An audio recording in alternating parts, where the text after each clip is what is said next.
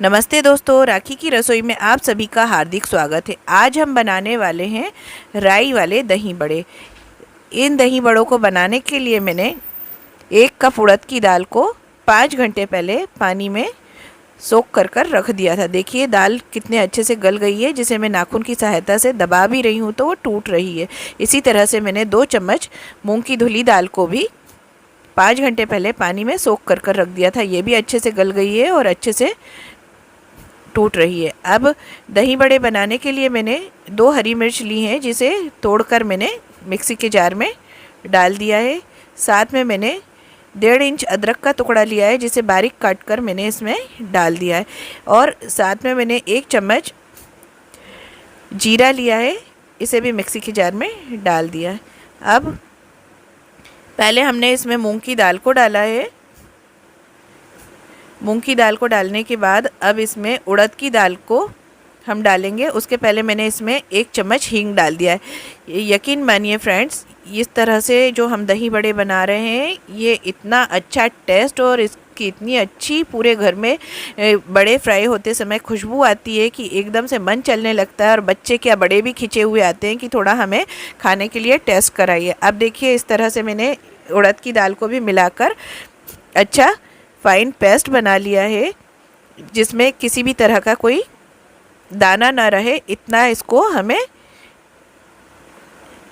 Grind करना है। अब देखिए इसमें अभी आपको कलर थोड़ा सा अदरक और हरी मिर्च और मूंग की दाल के साथ दिखने में पीला दिख रहा है। अब इसे पूरा मैंने एक बर्तन में निकाल लिया है।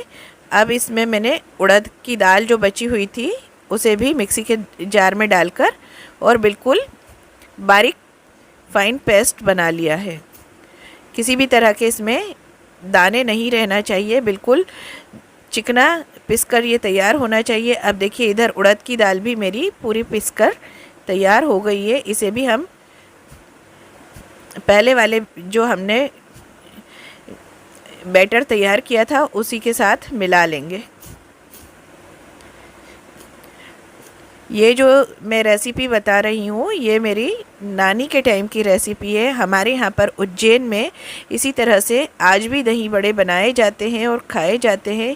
अब इसे मैंने दोनों जो मैंने बैच तैयार किए थे पीस कर, तो पहला मसाले वाला था और एक दूसरा उड़द की दाल वाला सिंपल बैच पीसा था। अब इन दोनों को पहले एक चम्मच की सहायता से एक सार कर लेंगे, जिससे कि मसाला और सिंपल जो उड़द की दाल है वो दोनों दालों का बैच आराम से अच्छे से मिक्स हो जाए। अब इसको मिक्स करने के बाद एक विस्कर की सहायता से अच्छे से मैं 5-7 मिनट के लिए फेंटूंगी।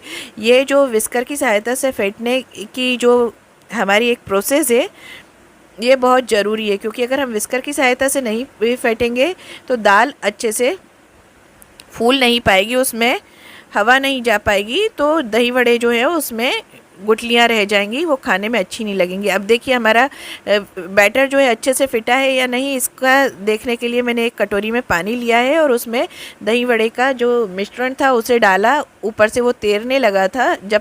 जब हमारा मिश्रण तैरने लग जाए, मतलब हमारा दाल अच्छे से फिट कर तैयार है। अब इसमें मैंने आधा चम्मच नमक डाला है। मैंने पीसते समय नमक नहीं डाला था। नमक डालने के बाद 2-3 मिनट तक मैंने इसे और फेंट लिया है, जिससे कि नमक पूरे मिश्रण में एक सार हो जाए। अब मैंने 3 घंटे पहले हल्के गुनगुने पानी में इमली और खजूर को अलग अलग भिगाकर रख दिया था। देखिए कितने अच्छे से हमारी इमली और खजूर दोनों भीग कर तैयार हो गए। अब इसे ऐसे हाथों की सहायता से मैंने मैश कर लिया है, क्योंकि आज मेरे पास दोनों चीज़ें सीड वाली थी, तो मैंने दोनों को अलग अलग गलाकर उन्हें छन्नी से छानकर और उनके सीड और रेशे निकालकर अलग कर दिया है। अब एक कढ़ाई में मैंने तेल रखा है। तेल को हमने मीडियम गरम होने दिया है और फ्लेम को भी मैंने मीडियम ही रखा है। अब जो हमने बड़े का बैटर तैयार किया था उसे थोड़ा थोड़ा लेकर पकौड़ी नुमा इसमें हम तेल में डाल देंगे। यकीन मानिए फ्रेंड्स, ये जो रेसिपी है ये खाने में जितनी टेस्टी है उतनी ही हेल्दी है। नॉर्मल जो हम दही बड़े बनाते हैं इससे इसका थोड़ा सा टेस्ट अलग होता है और साथ में ये हमारी गट हेल्थ को भी अच्छा रखती है, क्योंकि जिस तरह से आजकल कांजी बनाने का एक जो प्रचलन चला है, हालांकि ये कांजी भी एक पुरानी ही रेसिपी है, लेकिन पहले कई लोगों को नहीं पता थी। लेकिन हमारे यहाँ पर इस तरह से ये दही की कांजी वाले वड़े बनाए जाते थे। ये मेरी नानी के टाइम की रेसिपी है। मैं बचपन से इस तरह की रेसिपी को जब भी नानी के घर जाती थी तो खाती थी, और आज भी जब भी मैं मेरी नानी के घर जाती हूँ तो खाती हूँ। आज मैं सोच रही थी कि कुछ नया बनाऊँ, तो बात करते करते मम्मी ने कहा कि इस तरह से बना। कुछ थोड़ा सा मुझे डाउट था, तो इसमें मुझे मेरी मामी ने भी बहुत हेल्प की है, मेरी दीदी लोगों ने भी हेल्प की है। तो आज ये जो हमारी पुराने ज़माने में महिलाएं थी, जब मिक्सी का चलन नहीं था, और जो एक खाने को गर्मी में अगर किस तरह से बनाया जाए जिससे सबकी गट हेल्थ भी ठीक रहे, किसी तरह का गर्मी का प्रभाव भी ना रहे, और डाइजेशन भी हमारा अच्छा बना रहे, तो इस तरह से ये पुराने टाइम की जो महिलाएं खाना बनाकर अपनी फैमिली को दिया करती थीं। ये लगभग 80-90 साल पुरानी रेसिपी है जो मैं आज आपके साथ शेयर कर रही हूँ। अब देखिए, इसमें मैंने पूरा अच्छे से सारे वड़े डाल दिए हैं और फ्लेम को मीडियम रहने दिया है। इसे हिलाते हुए मैंने थोड़ा सा पकने दिया है, जिससे कि वड़ों के ऊपर की सतह भी जो है थोड़ी सी गरम तेल के साथ हल्की सी पक जाए, जिससे हम वड़े पलटें तो उस टाइम पर उसमें कोई परेशानी नहीं आए। अभी हमारे वड़े थोड़े से तलने में टाइम था। अब देखिए, इधर जैसे ही वड़े आपके बनकर नीचे से अच्छे से तला जाएंगे तो खुद ही कढ़ाई की सतह को छोड़ देंगे और तलकर ऊपर आ जाएंगे। इस अच्छा एक बैटर तैयार होने का प्रूफ यह रहता है कि अगर आप बड़े बना रहे हैं और अगर वो अपने आप ही एकदम जैसे ही कढ़ाई से वो ऊपर तलकर तैयार होते हैं तो तैरने लगते हैं। मेरे भी सारे वड़े बिना खोंची लगाए या चम्मच लगाए ऊपर तैरने लगे थे जैसे ही नीचे की उनकी सतह पकी है। और अब देखिए, इसे मैंने पलटते हुए तल रही हूँ। कई वड़े तो इतने फूल गए हैं कि उन्हें मुझे पलटने में भी काफ़ी दिक्कत हो रही है। और ये जो एक अच्छे वड़े बनते हैं उसके लिए हमारे को जो विस्क की सहायता से फेंटने की प्रोसेस है वो बहुत ज़रूरी रहती है। सिर्फ मिक्सी में पीसने मात्र से कुछ नहीं होता है। पहले के टाइम में विस्कर नहीं होते थे तो हाथों से महिलाएं इसे अच्छे से फेंटा करती थी, लेकिन आज मेरे पास उतना टाइम भी नहीं था और थोड़ा सा मिर्ची वगैरह जो उसमें डालते हैं तो हाथों में आजकल जलन जो होती है वो भी आजकल के टाइम की महिलाओं को अच्छी नहीं फील हो पाती है। तो इसलिए मैंने उसे विस्कर की सहायता से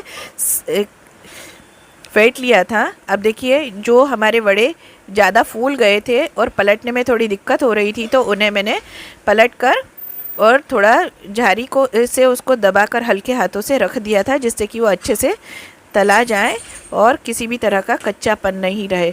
इस तरह से जब वड़े तलने लगते हैं मतलब इनमें अंदर गुठलियाँ नहीं हैं। अब देखिए, हमारे वड़े बनकर अच्छे से तैयार हो गए हैंगे। अच्छा गोल्डन कलर आ गया है। इसे झारी की सहायता से हम निकाल लेंगे, जिससे कि एक्स्ट्रा ऑयल जो है वो कढ़ाई में ही निथर जाए। इसी तरह से थोड़ा हिलाते डुलाते झारी को, और हमने सारे वड़े निकाल लिए हैं जिससे कि एक्स्ट्रा ऑयल उसका कढ़ाई में निथर गया है। अब मैंने दूसरे बैच के वड़े भी इसमें डालना शुरू कर दिए हैं। यकीन मानिए फ्रेंड्स, इतनी अच्छी खुशबू आ रही है कि घर में हल्ला शुरू हो गया है कि कितनी देर में हम लोगों को ये खाने के लिए तैयार हो जाएंगे। और मेरे घर में तो दही वड़े बनने का वेट भी नहीं होता है, और इसलिए मैंने इसमें मूंग की दाल को थोड़ा ऐड किया है कि पूरी उड़द की दाल जो होती है वो थोड़ा खाने में भारी पड़ती है, और मूंग की दाल के कॉम्बिनेशन के साथ जो दही वड़ों का टेस्ट तो अच्छा बनता ही है, साथ में ये खाने में भी उतना भारीपन नहीं दे पाते हैं और अच्छे से सब लोग इसे एंजॉय करते हैं। इस तरह की पकौड़ियाँ जो दही वड़े के वड़े बने हुए तले हुए रहते हैं उसे भी मेरे घर में सभी खाना पसंद करते हैं, क्योंकि इसमें पूरा मैंने मसाला भी यूज़ किया है, तो ये खाने में भी बहुत अच्छे लगते हैं। आप चाहें तो इसे ऐसे भी बनाकर सॉस या चटनी के साथ खा सकते हैं। और देखिए, इसी तरह से मीडियम फ्लेम पर मैंने दूसरा बैच भी डाल दिया है। इसे इसी तरह से मीडियम फ्लेम पर ही हम पकाएंगे, क्योंकि अगर हम फ्लेम को मद्दा करेंगे तो दही वड़े जो है वो तेल ज़्यादा पी लेंगे और चीठे चीठे बनेंगे। और अगर हम गैस की फ्लेम को हाई करते हैं तो दही वड़े ऊपर से तो तलाकर दिखने लगेंगे, कलर आ जाएगा उनमें, लेकिन जो अंदर है उसमें कच्चापन रह जाएगा और दही वड़े में गुठलियाँ हो जाएंगी। अगर एक अच्छा दही वड़े बनाना है तो उसमें हम फेंटने के साथ साथ इसकी जो फ्लेम है उसका भी ध्यान रखना पड़ता है। अगर फ्लेम सही तरीके से नहीं रहेगी तो दही वड़े में गुठलियाँ रहेंगी या फिर वो जलकर ख़राब लगेंगे। अब देखिए दही वड़ों में जैसे ही वो सब तलाने लगे हैं और तेल में ऊपर तैर कर आ गए। इधर मैंने एक तपेली में पानी को गुनगुना होने रख दिया था, क्योंकि मेरे घर में बहुत हल्ला मचने लगा था कि अब तो हमें खुशबू के कारण भूख और तेज़ी से लग रही है, तो जल्दी करो, हमें खाना है। हमने वड़े तो खा लिए हैं लेकिन अब हमें दही वड़ा खाना है। तो इसके लिए मैंने पानी को थोड़ा गुनगुना करके वड़ों को डालने के लिए तैयार किया है और उसमें मैंने आधी चम्मच नमक भी डाल दिया है। देखिए वड़ों में मैंने पहले नमक कम डाला था, क्योंकि अगर पानी हम सादे पानी में गलाएंगे वड़ों को तो वो थोड़ा सा पंचीलापन लगता है, इसलिए मैंने पानी में जब हम वड़ों को गला रहे हैं पानी में तो उस टाइम पे मैंने नमक डाला है कि पंचीलापन नहीं लगे। और वड़ों में जो नमक कम था वो पानी के में जो हमने नमक डाला है उसके साथ वो बैलेंस हो जाता है।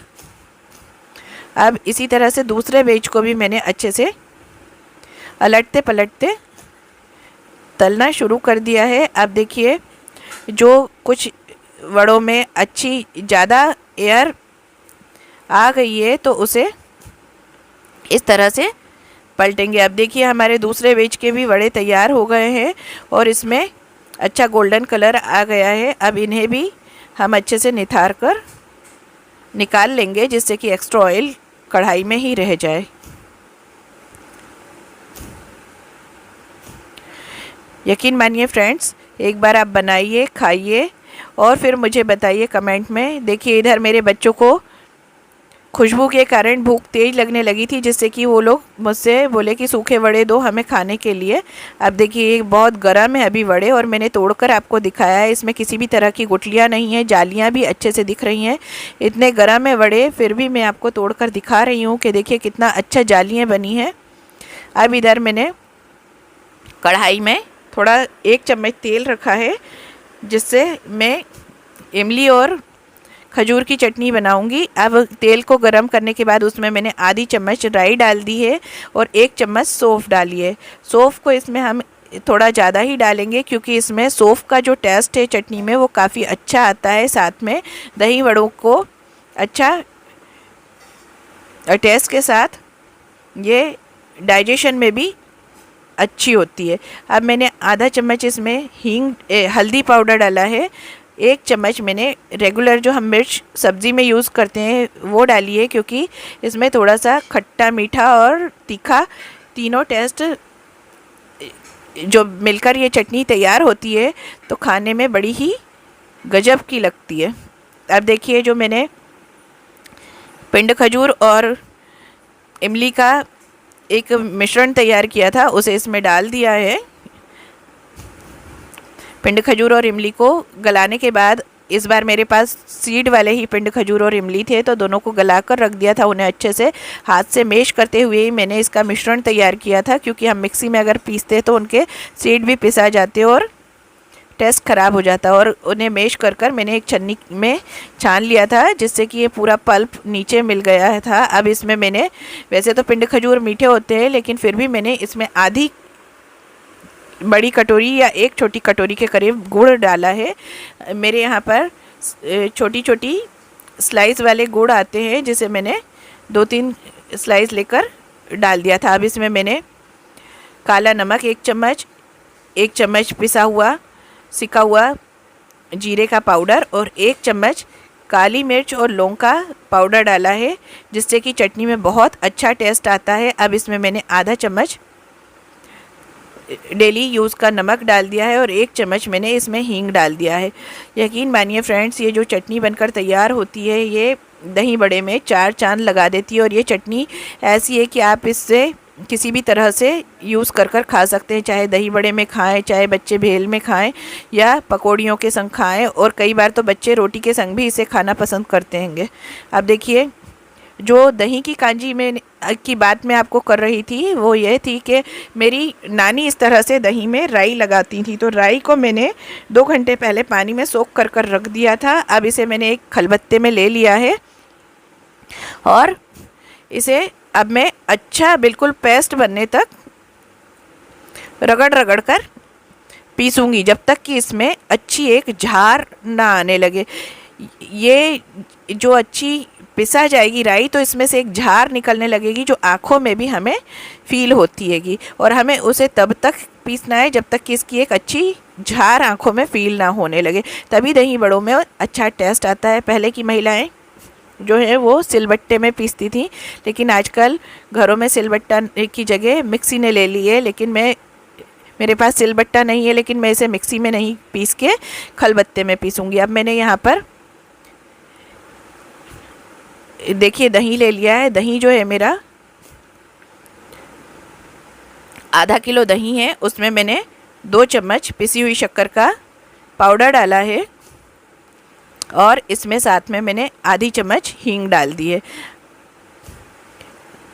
अब इसके साथ ही मैंने इसमें 1 चम्मच जीरा पाउडर, ये भुने हुए जीरे का पाउडर है, इन्हें डालकर विस्कर की सहायता से अच्छे से इसे फेंट लेंगे, जिससे कि दही में किसी भी तरह का लम्स ना हो और दही बिल्कुल क्रीमी टेक्सचर में तैयार हो जाए, जो हमारे दही वड़े को एक अच्छा सा टेस्ट भी दे और दिखने में भी अच्छा दिखे। क्योंकि अगर दही अच्छे से नहीं फिटा होगा तो दही बड़े में भी उसके जो गुठलियाँ हैं वो अच्छी नहीं दिखेंगी। अब देखिए, मैंने लगभग 1 चम्मच के करीब ये पिसकर पेस्ट जो तैयार हुआ था राई का वो भी इसमें डाल दिया है। मैंने काली राई इसमें यूज़ करी थी। इसे डालकर दही में और इसे हम अच्छे से मिक्स कर देंगे। इससे जो दही में एक राई के संग जो एक प्रक्रिया होती है, फर्मेंट होता है, इसे मिलाकर और एक अच्छा सा टेस्ट आता है। खाने में भी दही बड़े बहुत ही शानदार लगते हैं, साथ में डाइजेस्टिव भी बहुत अच्छे होते हैंगे। तो इस तरह से एक बार आप बनाइए, खाइए और प्लीज़ मुझे कमेंट में बताइए कि आपको मेरी रेसिपी कैसी लगी है। अब देखिए, इधर मैंने दही बड़ों को गुनगुने पानी में डालकर रख दिया था, तो ये आधे घंटे में ही फूलकर अच्छे हो गए हैं। अब इसे हल्के हल्के हाथों से हमने पानी को दबाकर निकाल लिया है, जिससे कि दही बड़े टूटे भी ना और पानी भी इसका हम निथार सकें। मैंने पानी में नमक डाला था लेकिन दही में नमक नहीं डाला है, क्योंकि दही में अगर हम नमक डाल देंगे ना तो दही जो है वो बड़ा खट्टा सा और गले में और जीभ में चुभने वाला टेस्ट देने लगेगा। क्योंकि मैं इसे राई लगाने के बाद दही बड़ों को 1 से 2 घंटे के लिए बाहर ही छोड़ूंगी, फ्रिज में नहीं डालूंगी, जिससे कि राई अच्छे से फर्मेंट हो जाए और उसका एक बढ़िया टेस्ट जो है हमारे दही बड़े और दही के अंदर आ जाए। इसी तरह से मैंने सारे दही बड़ों को इसमें दही में डाल दिया था। अब इधर मैंने 1 चम्मच बड़ा भरकर घी लिया है, ये देसी शुद्ध घी है। इसका जो फ्राई लगाकर और राई का जो हम साथ में राई डालकर और ये जो घी और हींग राई जीरे का फ्राई लगाते हैं, इतना अमेजिंग टेस्ट होता है कि आप इसको खाने के बाद ही फील कर सकते हैं। देखने से इसमें आप फील नहीं कर सकते कि इसका टेस्ट कितना सुपर से भी अपर जाता है। अब देखिए, घी गरम हो गया है, इसमें मैंने 1 चम्मच जीरा, चुटकी भर हल्दी और आधी चम्मच हींग डाल दिया। और जैसे ही ये गरम गरम हमने फ्राई इसमें लगाया है, अब इसे 10 से 15 मिनट तक ढक कर रख देंगे, जिससे कि घी का एक अरोमा है बहुत अच्छा उसमें आ जाता है और टेस्ट भी बहुत अच्छा बढ़ जाता है। अब देखिए, 15 मिनट हो गए थे। अब मैंने इसे हल्के हल्के हाथों से मिक्स कर लूँगी, जिससे कि ये पूरा जो फ्राई है पूरे दही और दही बड़ों में अच्छे से अब्जॉर्व हो जाए। और इसे आधा पौन घंटे के लिए मैंने रख दिया था, जिससे कि दही बड़े जो हैं वो खाने में बहुत बहुत बहुत टेस्टी लगते हैं। ये काफ़ी पुरानी रेसिपी है, लगभग 80-90 साल पुरानी रेसिपी है। मेरी नानी भी इसी तरह से बनाती थी, मेरी मामी और मेरी माँ भी इसी तरह से बनाती हैं। और जब ये दही बड़े मेरे घर में बनते हैं तो जो नॉर्मल मेथड के दही बड़े बनते हैं उससे ज़्यादा ये दही बड़े मेरे घर में खाते हैं और जल्दी ख़त्म होते हैं। अब देखिए, इस एक जो तीखी चटनी है दही बड़े को बैलेंस देने के लिए, मीठी चटनी तो हमने बना ली थी, अब एक हम धनिया और पुदीने की चटनी तैयार करेंगे, जिसके लिए मैंने एक मिक्सी के जार में 2 हरी मिर्च और 1 इंच अदरक का टुकड़ा डाल दिया है। 1 कप मैंने इसमें हरा धनिया डाल दिया है और साथ में मैंने इसमें 1 चम्मच जीरा,